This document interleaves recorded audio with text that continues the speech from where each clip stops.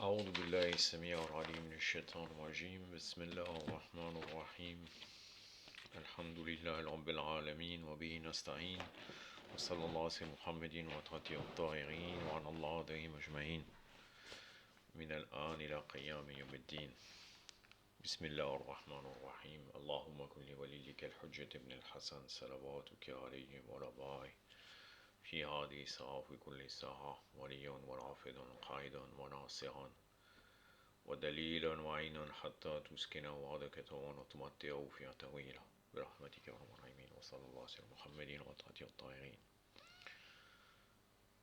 أضم الله لك الأجر لأيام الاستشهاد فاطمة الزهراء سيدة نساء العالمين البتول الطاهرة. Mes condoléances pour la période de deuil du martyr de Fatima az-Zahra alayhi salam, la reine des femmes du monde, la pure. Puisque demain, nous serons le 3 Jamadi as-Sani. Et comme je vous avais dit précédemment, malgré qu'il y a 18 dates sur le martyr de Fatima az-Zahra alayhi salam, on peut dire qu'il y en a 3, et là nous arrivons, généralement les gens connaissent 3 dates, et nous arrivons à la 3e date qui est en Jamadi as-Sani, le 3 précisément. Une vidéo de toujours le commentaire de Dora Notba, la 55e partie. Contrairement à la dernière fois, qui était une vidéo assez concise, parce que Shir Sanad avait beaucoup répété la même idée d'une manière différente, même si c'était intéressant, en 30 minutes de leçon. Là, il a développé énormément, donc ça sera beaucoup plus long. Donc j'ai intitulé ce commentaire « La wilaya et nos obligations ». Le renouvellement de l'allégeance à l'imam, Adjallah Ta'ala Faraja, puisque vous savez très bien qu'on renouvelle notamment à travers le doigt al-Ad, et un des actes les plus importants dans Al-Bayt, c'est le renouvellement de l'allégeance envers l'imam, Adjallah Ta'ala Faraja. Donc le renouvellement de l'allégeance à l'imam doit être accompagné de tenir fermement aux obligations de l'islam par les paroles et les actes. La philosophie du fondement de la prière, qui est un pilier de la religion, c'est la permanence de la wilaya. Selon l'imam Baqir alayhi salam ou bien l'imam Sadiq alayhi salam, le fondement de la législation de la prière est la permanence du rappel du prophète sallallahu alayhi wa alayhi, c'est-à-dire la wilaya du prophète sallallahu alayhi wa alayhi et des imams alayhi salam. Le lien entre les créateurs et la créature est la salat. Ce n'est pas qu'un mouvement de corps, mais le maintien de la wilaya d'Allah subhanahu wa ta'ala et du prophète sallallahu alayhi wa alayhi. C'est obligatoire dans la prière, le rappel d'Ahlul Bayt alayhi salam. Notamment dans le tashahhud, le deuxième tashahhud pour quand c'est par exemple Salat al-Isha ou bien Dor al-Ras, et le dernier tashahhud, notamment avec la formule Allahumma salli ala Muhammad wa ali Muhammad. Malgré que c'est très très recommandé, à chaque acte de salat, mis à part au moment des récitations debout, de qiyam, de toujours faire le salawat. Allahumma salli ala Muhammad wa ali Muhammad wa lajjal farajahum wa l'anadahum.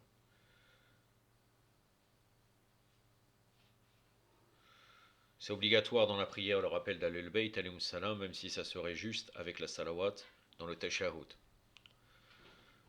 Sans le rappel d'Ahlul Bayt dans la salat, ce n'est pas la salat. Le salawat dans la prière est un renouvellement de l'allégeance envers Ahlul Bayt alayhi salam. L'imam Rida alayhi salam a dit, lorsqu'il répondit à Mahmoud el-Abbasi, je vais revenir sur ce texte à la fin, je l'ai mis de côté pour vous le lire entièrement, c'est un discours très très important, cité dans Yun al-Barreda et dans El-Kafi, dans Kitab al-Hujja, Usul el-Kafi. L'imam Rida alayhi salam a dit, lorsqu'il répondit à Mahmoud el-Abbasi, l'arnatullah alayh, sur l'épreuve de son imama, le salawat, c'est-à-dire l'épreuve de son imama, c'est le salawat, notamment. Après Allah Azza wa Jal, le prophète sallallahu alayhi wa et al-Rasoul, alayhi salam, ce n'est pas le Coran, l'arche, pas les prophètes, pas le prophète Ibrahim, alayhi salam. Donc là, les prophètes, mis à part le prophète Mohammed sallallahu alayhi wa juste cette succession de trois par les preuves de la raison. Cette succession de trois, Allah, le prophète, il est al-Bayt alayhi salam, le prophète Mohammed sallallahu alayhi wa. Cela fait partie de la sunna muaqqada, de dire après le deuxième témoignage, et aussi dans le dernier tashahhud, Arsalahu bil huda wa din al-haq, walahu kariyal mushrikun. Là, Shir Sanad, apparemment, sauf s'il s'est trompé ou c'est vraiment cette formule-là, si on revient au verset coranique, ce n'est pas comme cela tout à fait, c'est Arsalahu rasoul bil huda wa din al-haq, walahu kariyal mushrikun. C'est dans la sourate 59, le verset 33.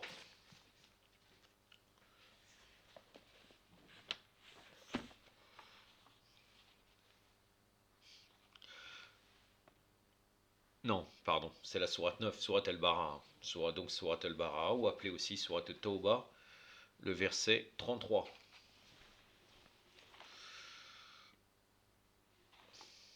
Donc là, c'est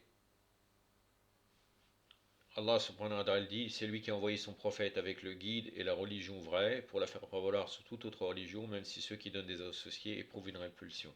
C'est-à-dire que là, بعد أعوذ بالله السميع العليم من الشيطان الرجيم هو الذي أرسل رسوله بالهدى ودين الحق ليوديه على دين الكل ولو كره المشركون.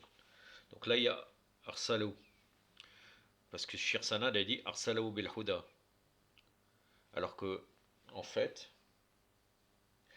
dans le verset il y a أرسل رسوله بالهدى, mais comme on dit أشهد أن محمدا عبده ورسوله, il est possible que la formule c'est uniquement Arsalu bil huda wa din al-haq wa law kariya al-mushrikun. Sadaqallahu al-aliyyul azim. Et ce verset coranique, d'après les mufassiroun, concerne l'imam Mahdi,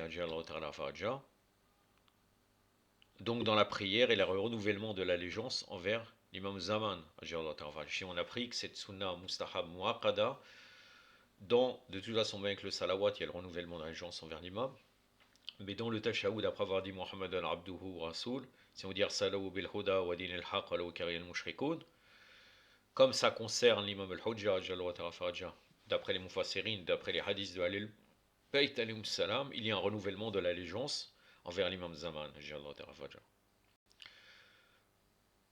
Le rappel de la wilaya est présent dans nos actes d'adoration. Par exemple, dans l'Aden et l'Iqama, le sens de Ayyallah khayr al-amal, selon l'imam Sadiq alayhi salam ou l'imam Qadem, aller vers la wilaya. C'est pour ça que notamment que Omar, la'natullah alayhi, inspiré par Shaitan, c'est-à-dire que vraiment il a été dirigé, il a enlevé Ayyallah khayr al-amal.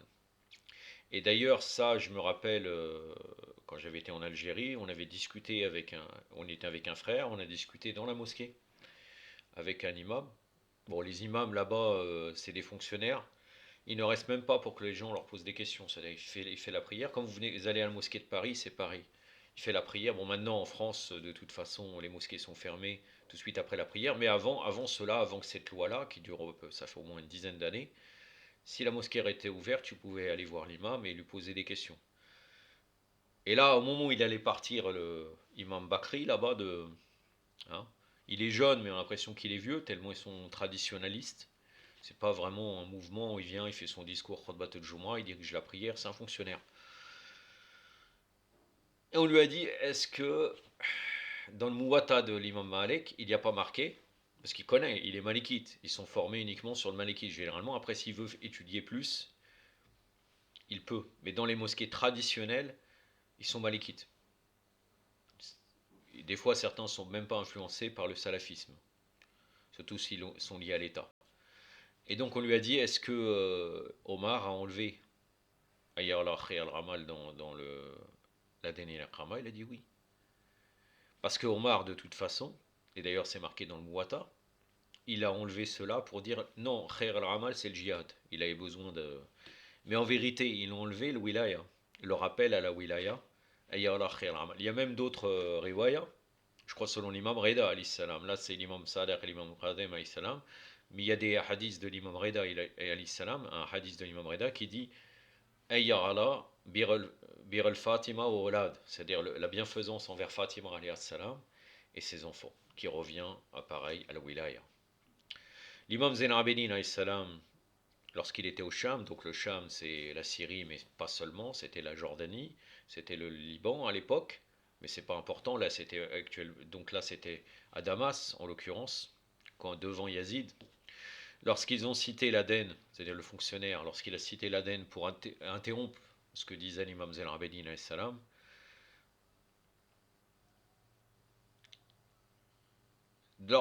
lorsqu'il a fait l'attestation sur le prophète, celui qui faisait l'Aden, sallallahu alayhi wa alayhi, il aura dit c'est mon grand-père ou le vôtre. Nos adorations, nos grands-pères ou le vôtre, c'est-à-dire tout dans nos adorations, sont une preuve, si on étudie bien, de la wilaya des imams alayhi salam. Même dans beaucoup de doigts, on croit que ça concerne Allah, il y a des passages qui concernent Allah et qui concernent aussi les imams alayhi salam, notamment dans Doua Joshan et le Kébir. Et dans beaucoup d'autres, si quelqu'un connaît le sens de le commentaire. Hein. Alors on parle même pas du Coran, où dans le Coran, il n'y a que Ahlul Bayt alayhim salam et Ada Muhammad wa Ali Muhammad pour celui qui arrive à comprendre d'après et qui lit le Coran d'après Ahlul Bayt alayhim salam, d'après le commentaire de Ahlul Bayt. Mais malheureusement, les gens lisent sans méditer. Il n'a pas été répété dans la croyance et les branches, c'est-à-dire le Sharia, la branche et le fourreau, comme la wilaya. Dans le droit du prophète Ibrahim, alayhi salam, sourate 14, verset 37. Je vais revenir. Hein. C'est bizarre, j'arrive jamais à retenir c'est dans quelle sourate. C'est pas dans sourate Al-Hajj, c'est dans sourate Ibrahim, alayhi salam, le verset 37. Donc là, Seigneur, j'ai établi une partie de ma descendance dans une vallée sans agriculture, près de ta maison sacrée, notre Seigneur, pour qu'ils pratiquent la prière. Tourne vers eux, c'est ça qui est important. Tourne vers eux des cœurs, éprouvant de l'affection.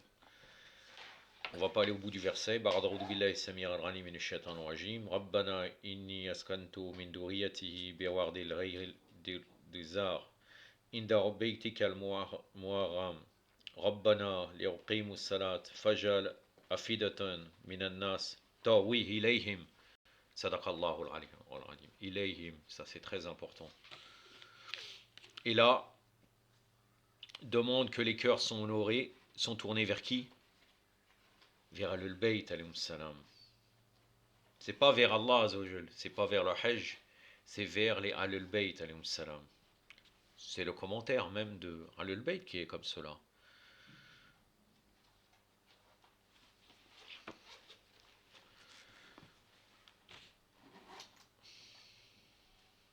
L'esprit de toute la religion, c'est le wilaya d'Allah, du prophète, sallallahu alayhi wa alayhi, des imams alayhi salam. Cette wilaya est dans tous les domaines, politique, militaire, économique, pensée, fikri, responsabilité, dans toute chose. Notre héritage actuel est comme un cadavre. C'est pas moi qui dis ça, c'est Shir Sanad. Froid, mort, sans ruh, donc sans esprit, sans profondeur. Nous devons propager cet éveil dans la croyance, la pensée, la religion. Notre minhaj le plus haut pour l'éveil des gens doit être le minhaj mardawi, donc le minhaj mardawi, donc de l'imam Mahdi ajallahu ta'ala faraja. Ce n'est pas d'autre minhaj qui éveillera les gens. Ce n'est pas qu'avec la langue, mais un exposé prouvé à l'intérieur de nous-mêmes et pour tous les gens. Le minhaj madawi est supérieur à tous les minhaj, mais nous sommes dans une croyance incomplète et restreinte en manque de foi. La politique révélée est supérieure au système onusien.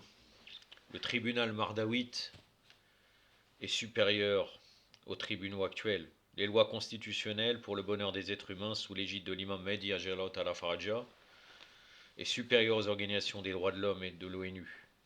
Les droits des femmes dans le système mardawite est supérieur aux droits de tous les États mondiaux. La participation des gens au système mardawite est supérieure aux États démocratiques actuels. La liberté et le bonheur dans l'état de l'imam Mahdi est incomparable aux autres systèmes. Et malgré tout ça, on est satisfait du système actuel. Là, il parle d'une manière générale, bien entendu. Et même si on ne serait pas touché par cela, quelque part on y est touché, puisque on n'envisage pas d'autres systèmes finalement. On suit le patrimoine des autres religions. L'idolâtrie présente dans notre pensée est plus dangereuse que l'adoration des idoles. L'idolâtrie envers les systèmes autres que le système mardawite est sans limite. La capacité de comprendre la religion authentique n'est pas présente en nous. Notre religion, face au langage actuel de connaissance, est encore plus froid que la température la plus basse d'un thermomètre. Nos manquements sont clairs. La foi c'est pas des généralités de connaissances, mais une connaissance éloquente, claire et complète. Même dans les milieux spécialisés, il n'y a pas les capacités de créer un système basé sur la méthode d'Ahlul Bayt alayhim salam. Le témoignage dans la pensée actuellement, c'est le fait d'avoir tourné le dos ou les talons. La preuve, c'est que nous sommes actuellement incapables d'exposer la pensée et le système mardawite face aux autres systèmes. Nos capacités sont vraiment vieillies. Chacun de nous individuellement est responsable de cette situation avec notre faiblesse dans la pensée, la compréhension, la capacité d'exposition et de propager la religion. Répondre aux questions, aux équivoques. Il y a un groupe de gens qui ne sont pas de notre religion qui travaillent dans le chemin mardawite. Là, il parle sur un côté, il ne parle pas sur le niveau de la croyance. Au niveau économique, ceux qui disent que le système mondial est basé sur le faux et qu'il faut revenir à la valeur de l'or et de l'argent. Là, il donne un exemple d'un groupe qui est éveillé, qui va dans le chemin mardawite sans le savoir en vérité, sur ce point-là, sur le point économique. Alors que chez nous, un nombre de gens éveillés, on n'en a pas. Chacun de nous est responsable de cette situation.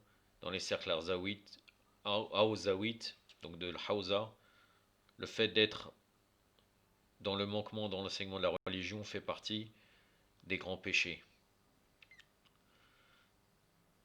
Puisqu'il y a un manquement dans l'enseignement dans le Haouza. Et ça fait partie, le fait que c'est incomplet, qu'on donne un enseignement incomplet, ça fait partie des grands péchés. J'en ai fini avec ce que disait Shir Mohamed Sanad, Hafidallah. Je vais venir. Donc là, il y a un livre qui s'appelle 40 hadiths de l'imam Reda.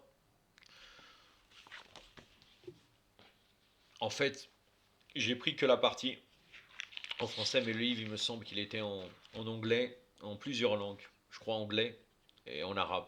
Et aussi, je crois, espagnol dans la version originale. En fait, ces 40 hadiths, généralement, c'est tiré de Youn Abar el-Reda. Là, il n'est pas indiqué, mais c'est le texte que je vous ai parlé face à Marmoun. Et Marmoun, à ce moment-là, il y avait d'autres disciples, des disciples d'autres religions. Et le sujet, c'était l'imama. Présent dans Youn Abar el-Reda et dans Usul el-Kafi.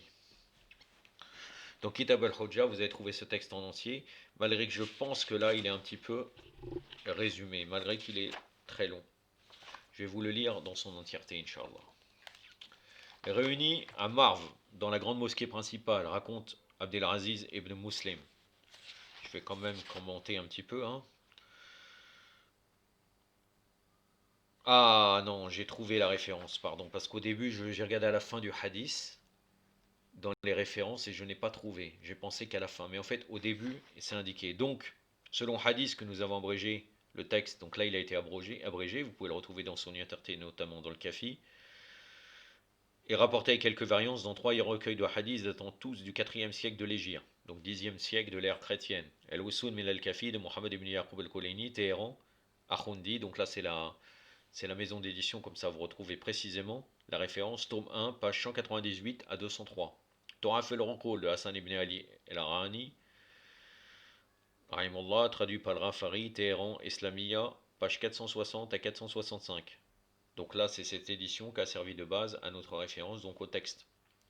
Uyun Arbar el-Reda d'Abu Jafar Mohammed ibn Ali ibn Babouyeh al-Qawmi, tome 1, page 216 à 222. Et là, il dit, pour argumenter, malgré que ça c'est secondaire pour nous, il est clair que cette transcription d'un même hadith par plusieurs auteurs, tous dignes de foi, témoignent de son authenticité et de son bien fondé, ainsi que d'une éloquence, d'une perfection et d'une magnanimité de langage bien propre à un Saint-Esprit. Il y a énormément de références aux versets coraniques.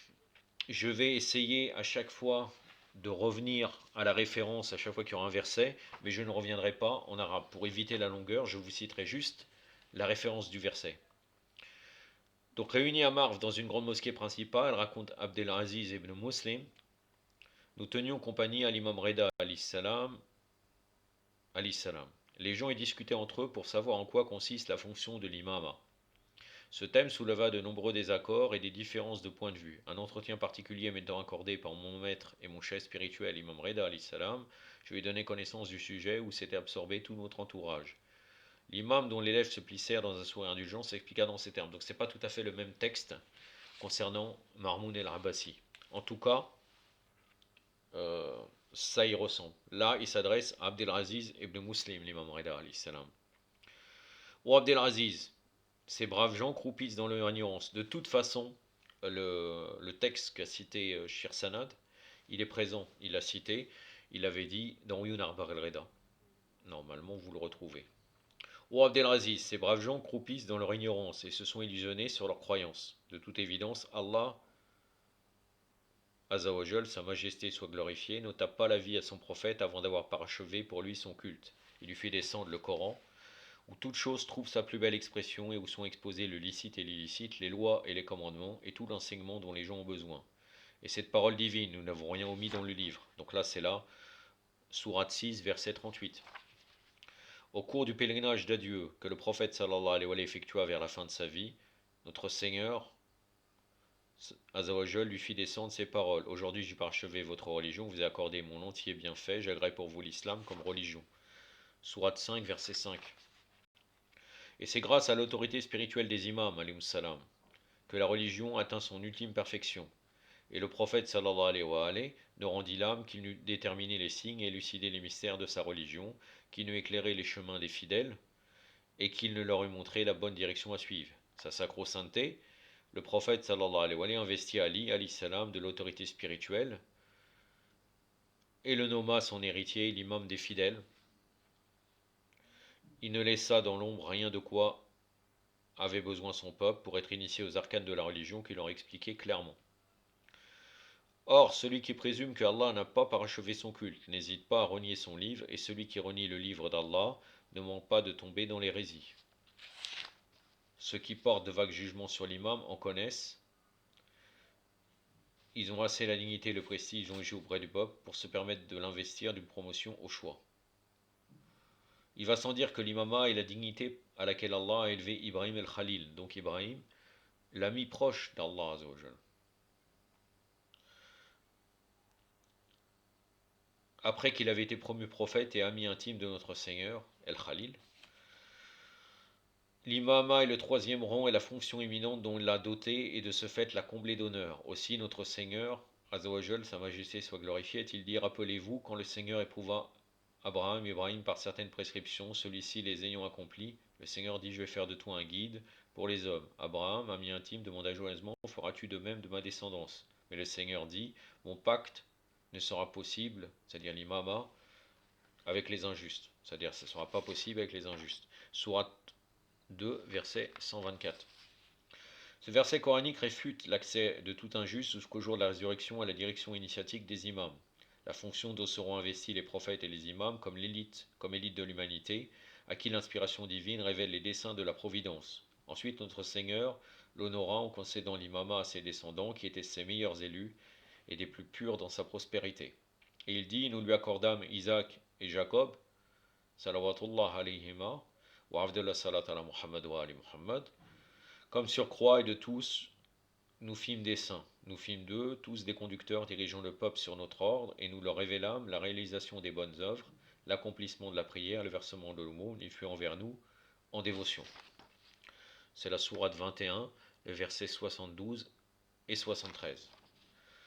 L'initiation spirituelle l'imama fut transmise à ses descendants, alayhim salam, l'un après l'autre durant des siècles, jusqu'à l'avènement du prophète de l'islam, sallallahu alayhi wa alayhi,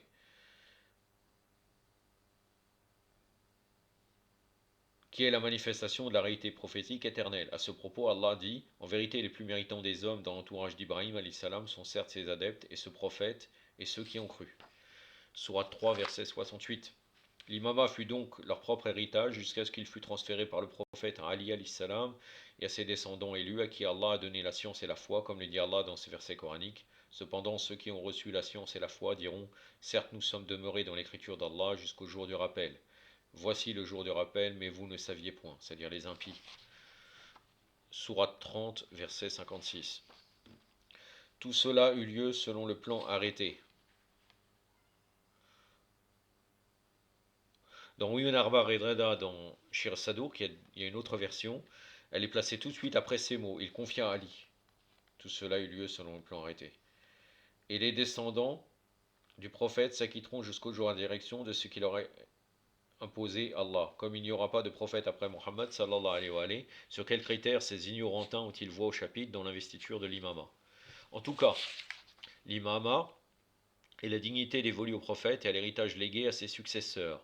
Les imams sont les khalifes d'Allah, calife d'Allah et de son prophète sallallahu alayhi wa alayhi, sur la terre. L'imama étant la dignité dont l'émir des croyants fut revêtu, appartient incontestablement à Al-Hassan et Al-Hussein, héritier des connaissances de l'envoyé d'Allah sallallahu alayhi wa alayhi. En vérité, l'imam, là dans Yunar Baredra, nous trouvons l'imama au lieu de l'imam. En vérité, l'imam, là, c'est comme il s'est baptisé beaucoup, sur la version de Torah Fel-Orkhul, le traducteur. C'est pour ça qu'il fait part des subtilités et des différences dans le texte, mais ça ne change rien. L'imam ou l'imama tient les rênes de la religion, de la direction spirituelle des musulmans, de la saine gestion des affaires d'ici-bas et de la parfaite honorabilité des fidèles. L'imam est la souche de l'islam prospère et en est le rameau fructifère. L'imam est l'incarnation de la prière, de l'aumône canonique, du jeûne, du pèlerinage à la Mecque, de la guerre sainte. Il assure l'accroissement des revenus, la dépense des aumônes, l'application des peines canoniques. Ça confirme exactement ce que disait Cheikh Mohammed Sanad précédemment dans ce que je vous ai dit. Toutes les obligations de l'islam sont reliées à la wilaya. Et on peut comprendre pourquoi l'imam Ali a dit: je suis la prière, je suis le jeûne, je suis la zakat, etc. etc. L'exécution des sentences et la défense des frontières et des régions limitrophes contre les ennemis envahisseurs. Donc tout ça c'est relié à l'imam. C'est l'imam qui tiendra pour permis ce qui a été déclaré illicite et défendu ce qui a été déclaré illicite par notre Seigneur. C'est l'imam qui appliquera les lois d'Allah et défendra l'institution divine et appellera les hommes à emprunter le chemin du Seigneur grâce à sa sagesse, sa belle exhortation et ses arguments les plus péremptoires. J'ai un commentaire à dire sur ça. L'imam qui tiendra pour permis ce qui a été déclaré illicite et pour défendu ce qui a été déclaré illicite par notre Seigneur, par Allah Azzawajal. Donc, ce n'est pas comme la théorie de Wilayat al-Faqih. Dans la théorie de Wilayat al-Faqih, il est possible que le wali al-faqih supprime une obligation. Hein, et parfois, certaines choses pourraient être supérieures à l'obligation.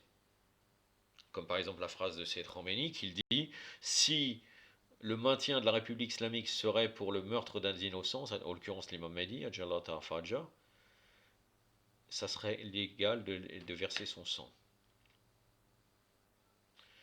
Et il y avait une discussion à l'époque entre Sayyid Khomeini et Khamenei. Khamenei avait dit dans un khutbat al-Jumu'ah à l'époque du vivant de Sayyid Khomeini, comme quoi les obligations islamiques ne peuvent pas être abrogées temporairement par le wali al-faqih. Sayyid Khomeini lui a écrit une lettre en lui disant: ça peut être abrogé. Donc après, Khamenei s'est amendé. Mais encore maintenant, il me semble que j'avais lu récemment que Khamenei a gardé la même opinion qu'il avait donnée au Salat al-Jumu'ah, qui est beaucoup plus raisonnable que la position de Sayyid Khomeini sur ce point-là. En tout cas, il n'y a pas de suspension. S'il y a une suspension temporaire, c'est avec taqiyya. Par exemple, Ali ibn Yaqtin, avec l'imam Moussa al-Khazim, qui lui a dit de faire l'odo comme les mukhalifines pendant à peu près une année. Parce qu'il était un proche de Haroun el-Rachid. Et en fait, il l'a. Haroun el-Rachid, je pense que c'était Haroun. C'était à l'époque de Haroun, parce que l'imam Moussa al-Khazim, au début de son imama, c'était Haroun, le calife usurpateur. Et là, Temporairement, il a fait l'odo comme les bakris. Bien entendu, c'est invalide, mais c'est l'autorisation de l'imam.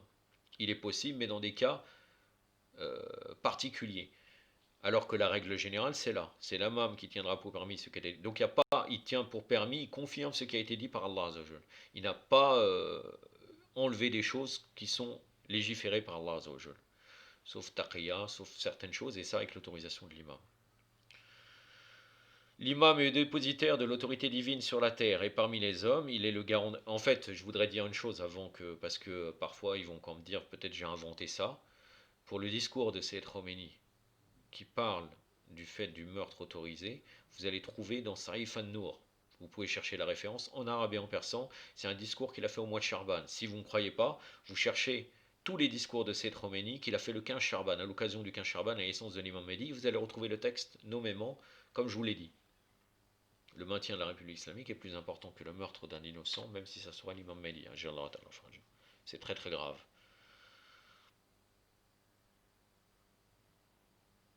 Ça veut dire qu'en fait, il a oublié Sakhat al-Ard, tout. Ça veut dire que tu tues l'imam, la terre se détruit. Malgré qu'il est préservé, parce que c'est comme ça, parce que de toute façon, il y a la promesse divine, il est impossible qu'il arrive à l'assassiner. Au nom du chiisme, on lutte contre le chiisme, contre l'imam. L'imam est dépositaire de l'autorité divine sur la terre, et parmi les hommes, il est le garant d'Allah pour les hommes et son vicaire dans toutes les religions habitées, le convocateur qui appelle les hommes à vivre l'unité transcendante d'Allah, et le défenseur du sanctuaire du Seigneur. L'imam est immaculé, préservé et immunisé de toute souillure, la gnose des mystères, rayonnant d'espérance. La gnose. La gnose, c'est quoi? L'imam. El marifat l'imam. Non pas gnose nazari ou amali, comme actuellement, relié avec Ibn Arabi, Moula Sadra Shirazi et tout le reste. Wardat al-Moujoud, le coffre, le shirk de Ibn Arabi Azindiq,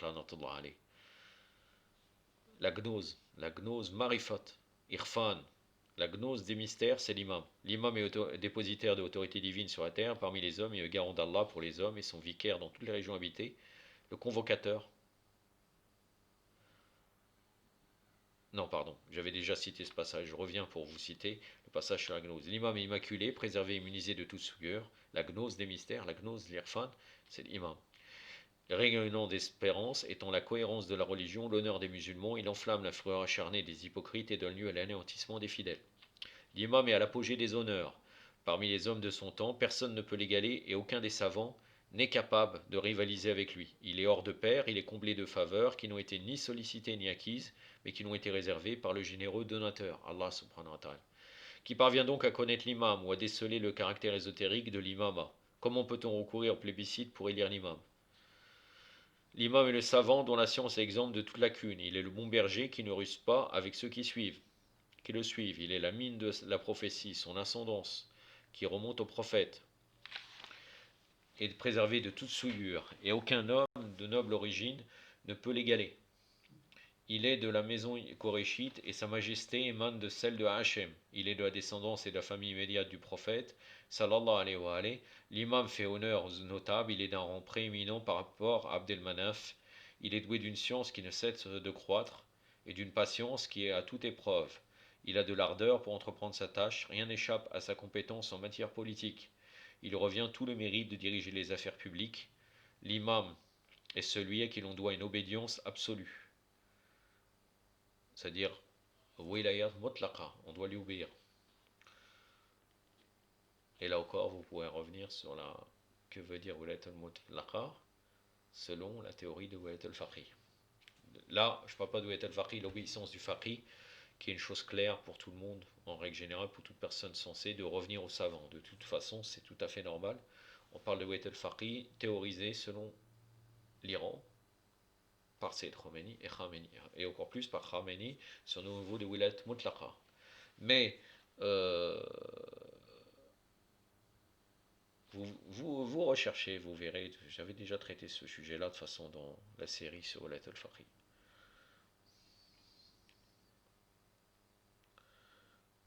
Il établit l'ordre d'Allah, il est le bon conseiller pour ses serviteurs. Certes, Allah favorise les prophètes et leurs héritiers de son secours et leur fait don de l'immense trésor de sa science et de sa sagesse, ce qui n'a été donné à personne d'autre. D'où la prééminence de l'imam parmi ses contemporains dans le domaine de la science. Allah, Azzawajal, qu'il soit glorifié et exalté, dit Allah subhanahu wa ta'ala, c'est ça.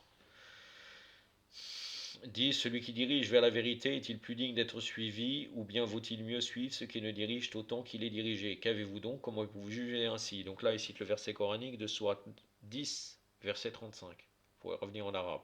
Et dans le récit de Saul, le Très-Haut, dit, Allah l'a élu sur vous et lui a donné plus de grandeur pour ceux qui touchent à la science et le corps. Allah donne sa royauté à qui il veut. Sourate 2, verset 247. Et il dit dans le récit de David, David tua Goliath, Allah donna à David la royauté et la sagesse et a pris ce qu'il voulut. Sourate 2, verset 251. Et il dit au prophète, sallallahu alayhi wa alayhi, Allah a fait descendre sur toi l'écriture et la sagesse, il t'a enseigné ce que tu ne savais point, et la faveur d'Allah envers toi a été immense. Sourate 4, verset 113. Et à propos des imams, membres de la maison du prophète, de ses proches et de ses descendants, Allah a dit, jalouseront-ils ces gens-ci de ce qu'Allah leur a accordé de sa faveur? Mais ils ont donné à la famille d'Ibrahim, Abraham, l'écriture, la sagesse, et avons donné à cette famille une royauté immense. Sourate 4, verset 54. Lorsque Allah mandate un de ses serviteurs pour gérer les affaires des autres, il ouvre la poitrine à la patience, lui fait jaillir des sources de sagesse dans le cœur, lui délie la langue pour qu'il ne reste pas à court de réponses et qu'il ne trouve que la vérité à dire.